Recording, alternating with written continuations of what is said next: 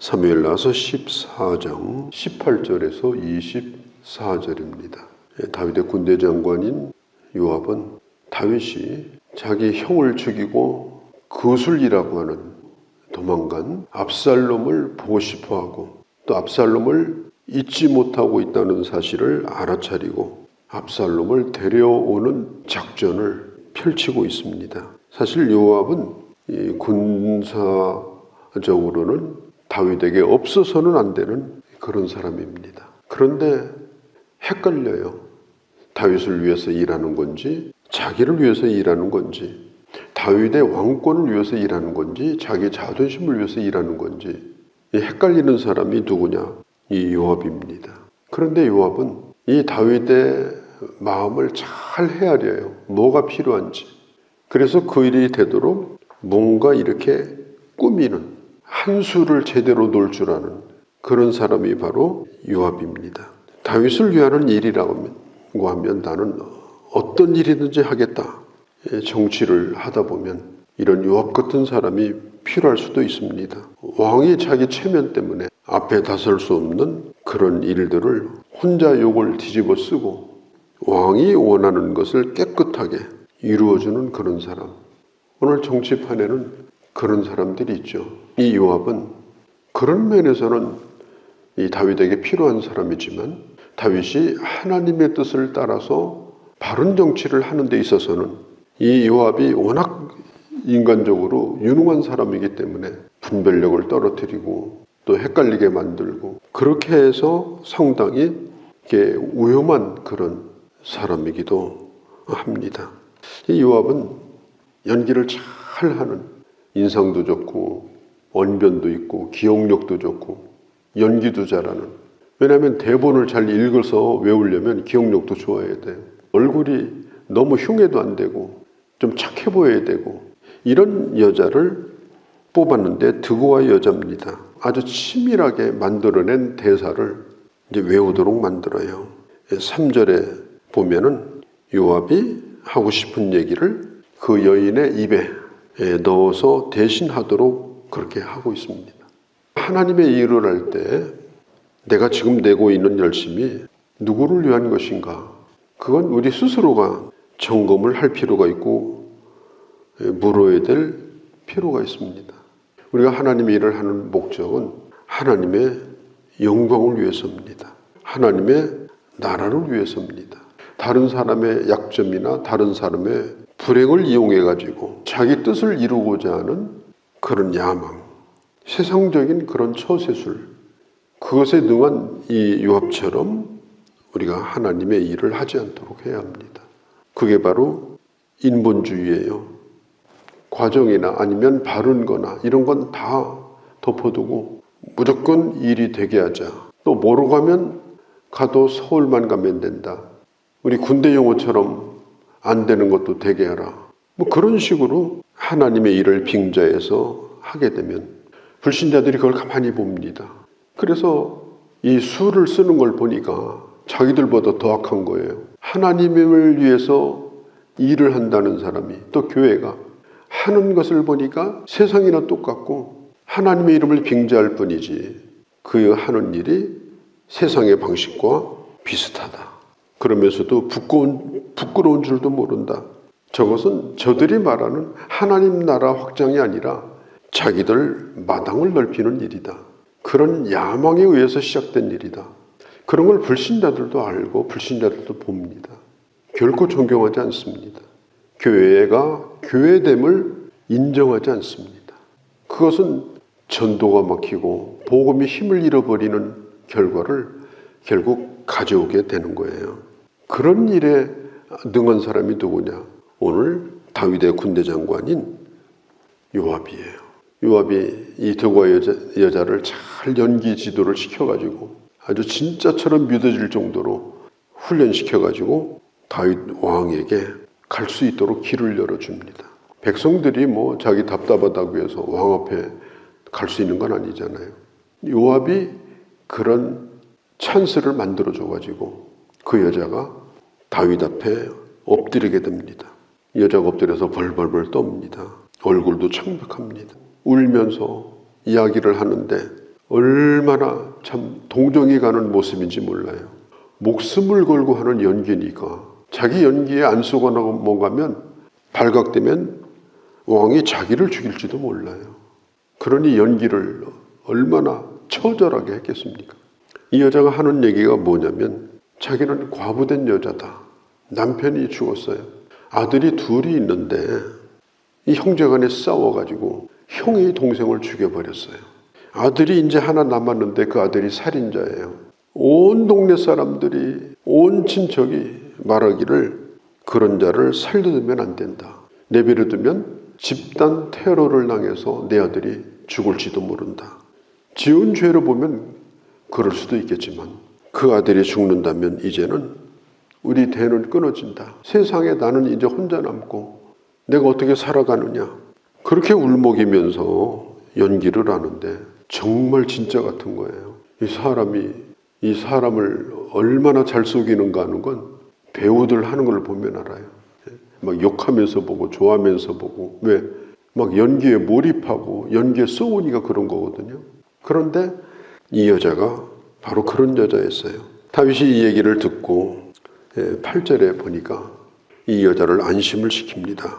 안심하고 돌아가라. 내가 명령을 내릴 거다. 다윗이 왕의 힘을 가지고 이 여자의 청을 들어주고자 합니다. 분별력이 필요합니다. 분별력. 이게 우리가 세상을 사는데도 그렇고 영적으로도 그렇고 분별력이 떨어지면 사기를 당합니다. 오늘 이 다윗이 법대로 했으면은 그 아들을 죽이지 않는다 할지라도 중벌을 내려가지고 벌을 받게 하고 그리고 나서야 그 여자의 청을 들어줄 수도 있는데 내가 사형을 면해주겠다. 왕명으로. 누구도 너희 아들에게 손을 대지 못할 것이다. 이래가지고 판결을 내리는 거예요.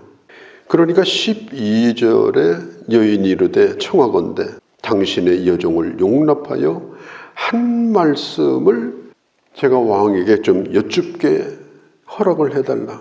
이 말이 무슨 얘기인가 하면 12절에서 17절까지 왕이요 저에게 그런 아량을 베풀어 준 걸 참 고맙게 생각합니다. 한마디만 제가 아뢰겠습니다. 그렇게 하라. 무슨 얘기냐. 왕께서는 어찌하여 쫓겨난 왕자인 압살롬을 부르지 않습니까? 왕께서 제가 당하는 아픔을 이해하시면서도 제 큰아들의 죄를 용서해 주신다고 하셨는데 그렇다면 왕께서도 죽은 아들은 죽은 아들이고 지금 집도 못 돌아오는 그 아들을 살리는 게 자비로운 왕께서 지혜로운 왕께서 할 일이 아닙니까?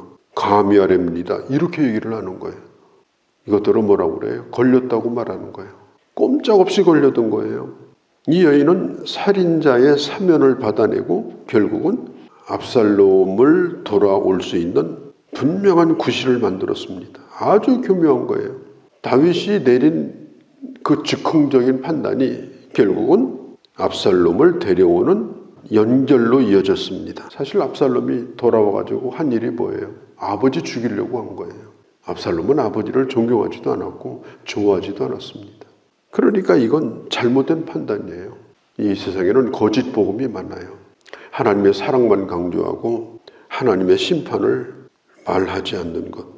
날마다 천국만 강조하고 지옥을 말하지 않는 것. 십자가의 사랑만 말하고 우리의 죄가 그 아들을 그렇게 무참하게 십자가에 죽겠다라고 하는 그 하나님의 공의, 예수 그리스도에게 부어진 하나님의 심판에 대해서는 말을 하지 않아요. 그게 바로 모자란 복음이고 그걸 반복하게 되면 그게 거짓 복음이 됩니다. 또 번영신학이라는 게 있어요. 번영신학이 뭐냐? 예수 믿으면 무조건 모든 게 잘 된다. 이게 번영신학이에요. 미국에서 건너온 겁니다. 우리 한국도 이 번영신학의 영향을 많이 받았어요. 그래서 교회 나오는 목적이 잘 되려고 나오는 거예요. 하나님은 복을 주시는 분이고 우리의 기도를 들으시는 분이에요. 그러나 하나님의 궁극적인 목적은 이 세상에서 우리가 잘 먹고 잘 사는 사람을 만드는 것이 아니고 이 세상에서 우리를 잘 보존해서 그리스도의 제자로 하나님의 영광을 드러내는 자로 하나님을 보여주는 자로 그렇게 만들고자 하는 것. 그게 하나님의 뜻인데 이 번영신학은 그런 이야기를 한마디도 하지 않습니다. 그냥 긍정적인 사고방식만 강조합니다. 긍정적 복음만 강조합니다. 나중에는 자꾸 그렇게 해가지고 교인들이 세뇌가 돼가지고 거기에 걸려들면 나중에는 하나님한테 따져요. 하나님, 그거 해주신다고 했는데 왜 안 해주시나요? 잘 될 줄 알았는데 왜 잘 안 되나요? 요번 일 왜 이렇게 만들어 놨나요?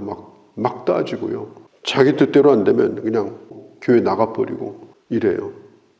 거짓 복음에 속아서 그런 거지 성경대로 믿은 신앙이 아니기 때문에 그런 일이 생기는 겁니다.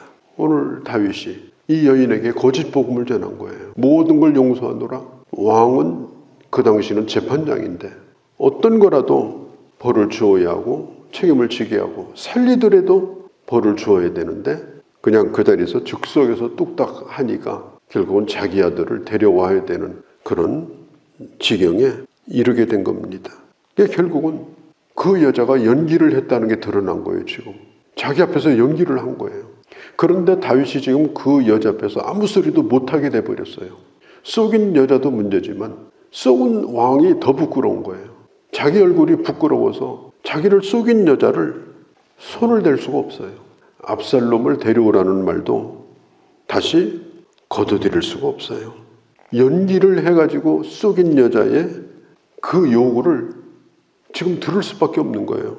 왕의 아들을 데려오십시오. 그러니까 왕은 정말 사랑이 많으시고 용서하시는 분이고 오래 참으시는 분이고 본래 좋은 분 아닙니까? 그러니 아들을 데려오는 것이 당연한 거 아닙니까? 그러니까 결국은 꼼짝도 못하고 그걸 좀 걷어들여야 됩니다. 이제는 압살롬이 돌아오면 큰 소리치게 생겼어요. 왜? 왕이 그렇게 판결을 내렸기 때문에 자기 정당성을 주장하고 살게 돼버렸습니다. 압살롬은 인물도 아주 뛰어나요. 언변도 뛰어나요. 리더십도 있어요. 왕에 대하여 전혀 존경하는 마음이 없어요. 자기 아버지지만. 이런 나라에 이런 다윗 같은 왕이 있으면 안 된다. 이거 뒤집어야 된다. 그런 생각을 가지도록 만든 것은 이 무능한 다윗의 이런 처신들, 이런 분별력을 잃어버린 행동 때문에 결국은 그 지경이 되어버리고 내만 겁니다. 자, 이걸 알았을 때 다윗이 그날 집에 가서 잠을 못 잤을 거예요. 왜냐? 그 여자가 문제가 아니에요. 요압이 자기를 속인 거예요. 군대를 지금 군권을 쥐고 있는 요압이 자기 앞에서 온갖 충성을 다한다고 하는 요압이 뒤에서 딴짓을 한 거예요. 앞에서는 충성하는 것처럼 하고 뒤에서는 온갖 안 좋은 얘기를 한 거예요. 다윗이 그걸 알고 속이 부글부글 끓어올랐을 겁니다. 참 기가 막히죠. 그래서 나중에 사실은 자기 아들 솔로몬에게 요압을 끊어내라고 한 거예요. 자기가 왕이 됐을 때는 필요한 사람이었지만 그러나 언제나 뒤통수를 맞았기 때문에 다윗이 자기 아들에게는 그 요압을 가까이 두고 싶지 않았던 것입니다. 자, 다윗은 압살롬을 데려오게 하는데 22절에 보니까 요압이 땅에 엎드려 절하고 왕을 위하여 복을 빌고 왜 그랬을까요? 자기 뜻대로 됐기 때문에. 자기 뜻대로 됐기 때문에 그런 거지 왕을 존경해서 그런 게 아닙니다. 이번 일이 성공했다는 거예요. 그래서 이 요압이 자기 뜻대로 된 것에 감격해가지고 왕에게 절을 하고 그리고 3년 동안 망명생활을 하고 있는 압살롬을 데려옵니다. 아마 데려오면서 압살롬이 얼마나 좋아했겠어요. 요압이 자기를 곧바로 예루살렘으로 데리고 갈 것이고 용서를 구할 것이라고 마음을 먹었는데 이스라엘 진영으로 돌아오자 다윗이 사람을 보냅니다. 예루살렘에 들어오지 말라. 나는 너를 보고 싶지 않다. 받아들이긴 했지만 얼굴은 보고 싶지 않은 거예요. 어쩔 수 없이 받아들였어요. 그런데 그 얼굴을 보고 싶은 마음은 없어요.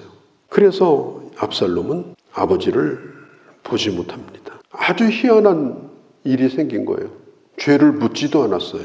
그런데 얼굴은 안 봤어요. 그리고 모든 일이 끝나버렸어요. 이런 지경이 되면서 결국은 압살롬이라고 하는 사람이 반역을 꿈을 꾸게 되는 것입니다. 우리는 하나님의 사랑을 받은 자고 그 사랑은 무한합니다. 그러나 그 사랑 때문에 예수 그리스도께서 죽으셨다는 것. 나를 사랑하셨기 때문에 내 죄가 너무 크기 때문에 그 아들을 십자가에 매달았다는 것. 그래서 하나님의 사랑 속에는 하나님의 공의가 있음을 알고 하나님의 사랑을 오늘도 받고 산다. 오늘도 하나님의 자녀로서 하나님의 자녀답게 살자. 늘 이 생각을 잊지 않고 살아가는 그런 주님의 자녀들이 되어주시기를 바랍니다. 거룩하신 우리 아버지 하나님, 하나님은 사랑의 하나님이고 뭐든지 용서하시고 오래 참으시는 하나님이지만 그러나 나를 그렇게 사랑하기 위하여 자기 아들을 그렇게 무참하고 처참하게 값을 치르실 수밖에 없었던 그런 대가를 치르고 아픈 사랑이었음을 저희들 잊지 않게 하시고 우리가 주님을 사랑한다고 할 때는 언제나 주님의 말씀을 깊이 생각하고 주님이 내게 이루시는 일을 늘 감사하고 살아갈 수 있는 그런 저희가 되게 하여 주옵소서.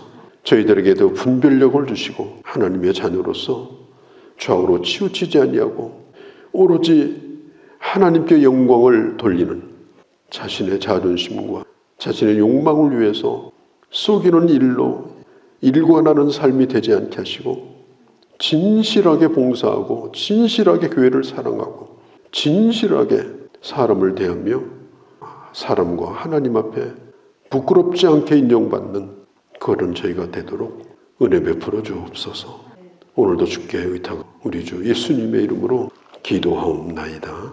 아멘.